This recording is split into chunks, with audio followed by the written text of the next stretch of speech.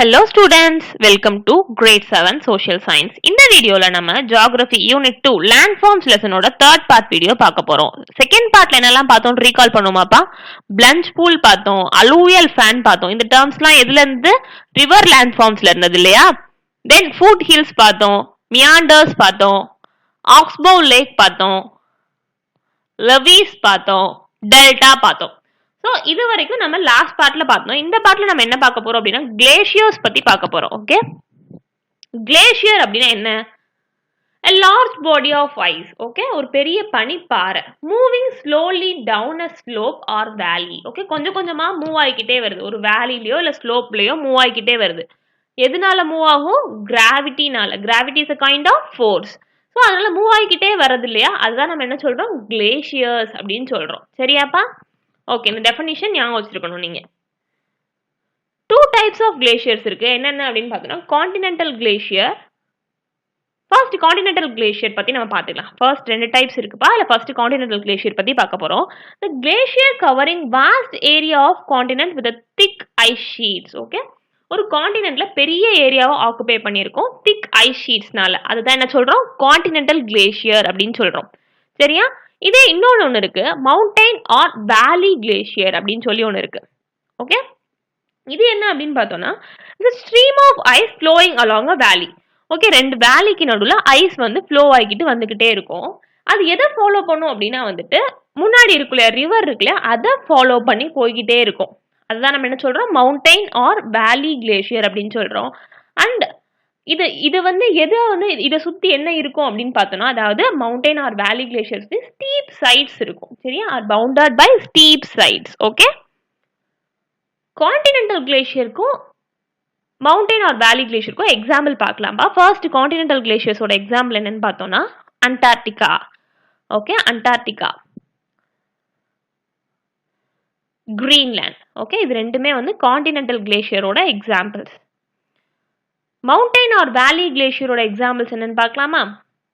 Himalayas and Alps. இது ரெண்டுமே வந்து மவுண்டைன் ஆர் வேலி கிளேஷியருக்கு எக்ஸாம்பிள்ஸ். ஓகே, இப்போ நம்ம சர்க் பத்தி பார்க்க போறோம். சர்க் அப்படின்னா என்ன? ஓகே, சர்க் அப்படிங்கிறது என்ன அப்படின்னாப்பா நம்ம ஆல்ரெடி படிச்சிருக்கோம். எரோஷன் அண்ட் டெபாசிஷன் உங்களுக்கு என்னன்னு தெரியும் இல்லையா? ஸோ இப்போ ஐஸ் வந்து மூவ் ஆகிக்கிட்டே வருது. ஒரு வேலியில வந்து மூவ் ஆகிக்கிட்டே வருது அப்படின்னா அங்க இருக்க பார்ட்டிகிள்ஸ் எல்லாம் என்ன பண்ணும்? எரோட் பண்ணிக்கிட்டே வரும் இல்லையா? அங்க இருக்கிறதெல்லாம் எரோட் பண்ணிக்கிட்டே வரும்.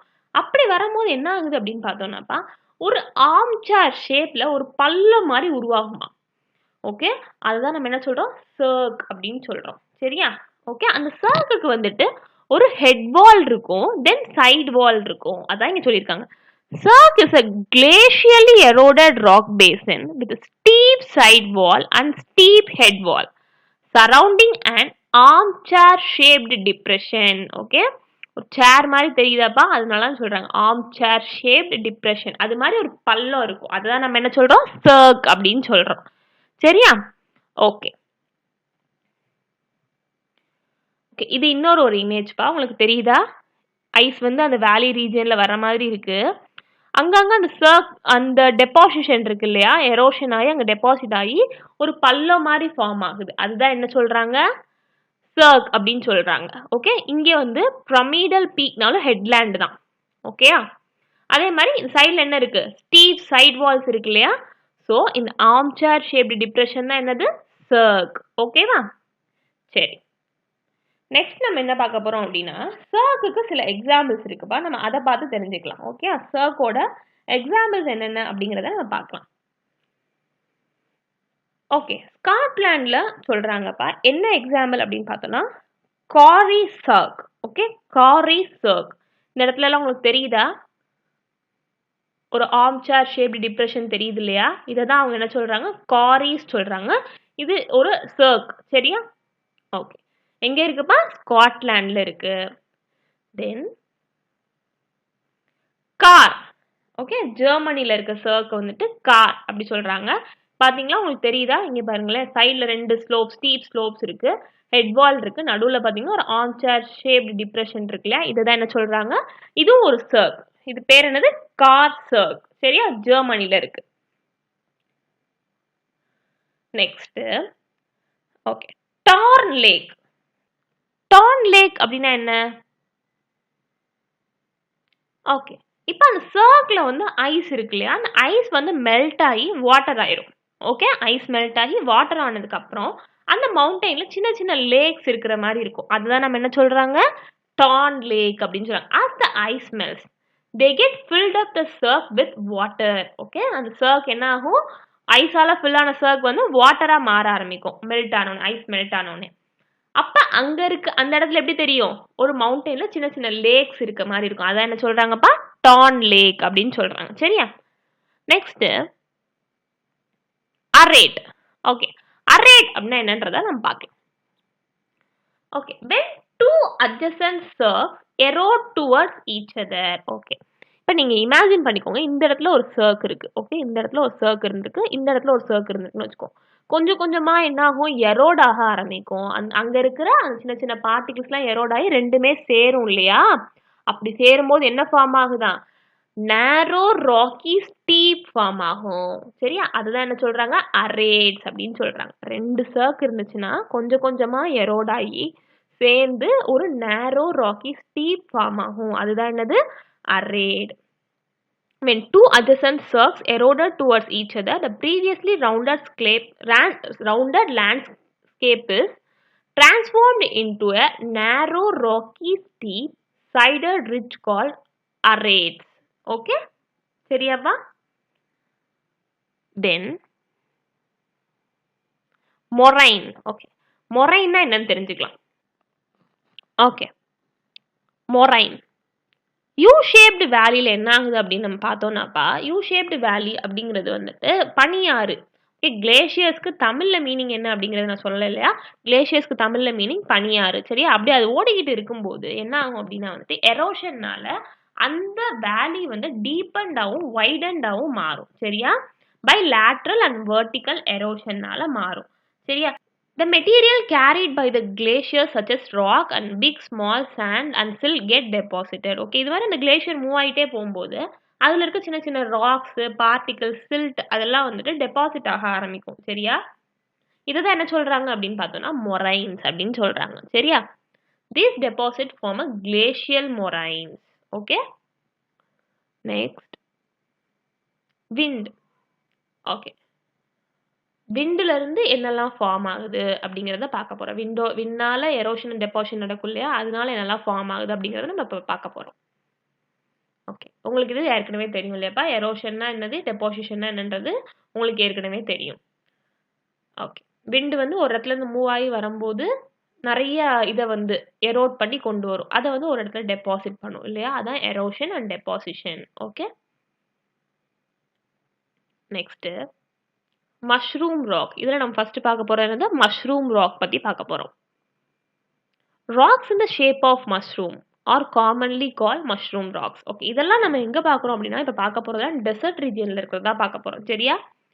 மஷ்ரூம் ஷேப்ல இருக்க ராக் தான் என்ன சொல்றாங்க? மஷ்ரூம் ராக்ஸ் அப்படின்னு சொல்றாங்க. ஓகே. இது எப்படி ஃபார்ம் ஆகுது இந்த மஷ்ரூம் ராக்ஸ் அப்படிங்கறத நம்ம தெரிஞ்சுக்கணும் இல்லையா? wind erode the lower section of the rock. Okay. கீழே ஒரு பெரிய ராக் இருக்குன்னா அதில் இருக்க லோயர் செக்ஷன்ல இருக்கிற பார்ட்டிகிள்ஸை மட்டும் விண்ட் எரோட் பண்ணிடும். ஓகே. காற்று அடிக்கும் போது அது மாதிரி நடக்கும். சரி, எரோட் பண்ணும். ஆனால் அந்த அப்பர் பார்ட்ல இருக்கிற அந்த பார்ட்டிகிள்ஸ் வந்து எரோட் ஆகாது. ஓகே. விண்ட் ப்ளோ ஆகிற டைரக்ஷன் எப்படி இருக்கும்? அந்த லோயர் பார்ட் சைடாகவே இருக்கும். அப்போ என்ன ஆகும்? அப்பர் பார்ட்ல இருக்க பார்ட்டிகிள்ஸ் வந்து அப்படியே நிற்கும். ஆனால் லோயர் பார்ட்ல இருக்க பார்ட்டிகிள்ஸ் மட்டும் என்ன ஆகும்? எரோட் ஆகும். ஸோ இதனால தான் எப்படி இருக்கு? Thus, the rocks have narrower base and wider top. Okay? இங்க தெரியுதா அப்ப உங்களுக்கு? இந்த இடத்துல பாருங்களேன். பேஸ் வந்து எப்படி இருக்கு? நேரோவா இருக்கு. டாப் எப்படி இருக்கு? வைடா இருக்கு இல்லையா? அதுதான் சொல்றாங்க. ஸோ இது என்னது? Mushroom rock. Okay. Next inselberg. An isolated residual hill standing like a pillar. Okay. ஒரு பில்லர் மாதிரி இருக்கும் with rounded tops. Okay. Rounded tops இதுதான் சொல்றாங்க. Rounded tops are called inselberg. Okay. இன்சல்பர்க்கும் எதனால நடக்குது? விண்ட் தான் வந்து இங்கேயும் வந்து ஏஜென்ட்டா ஆக்ட் பண்ணுது. எரோஷன் அண்ட் டெபாசிஷன் ஏஜென்ட்டா ஆக்ட் பண்ணுது. சரியா? இது எங்க இருக்கு அப்படின்னு பார்த்தோம்னா inselberg in the Kalahari desert of South Africa. Okay. இன்சல்பர்க்கு எக்ஸாம்பிள்ஸ் சொல்லியிருக்காங்க. சரியாப்பா? ஓகே.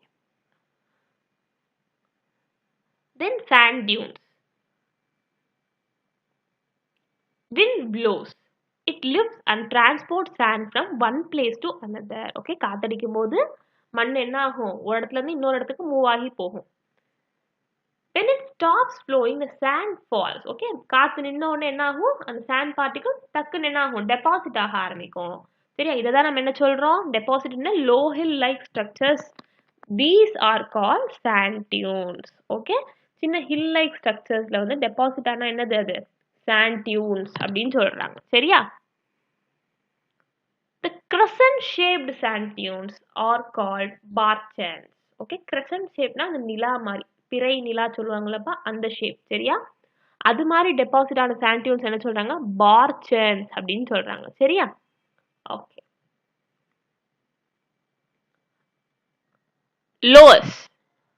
loess அப்படின்னா என்னன்னு தெரிஞ்சுக்கலாம். Okay, when the grains of sand are very fine and light, wind can carry it over a long distance.